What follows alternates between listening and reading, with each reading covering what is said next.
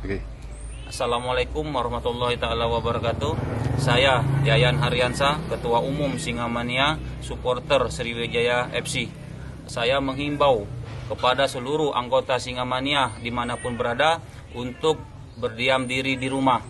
Kita hindari perkumpulan-perkumpulan, pertemuan-pertemuan yang melibatkan massa banyak atau massa besar. Kita ikuti instruksi dan arahan dari pemerintah. Semoga dengan instruksi tersebut mata rantai virus corona bisa kita atasi bersama. Kemudian saya menghimbau kepada seluruh anggota Singamania dimanapun berada untuk membuat amalan di rumahnya masing-masing dengan membaca surat Yasin setelah habis sholat maghrib di rumah.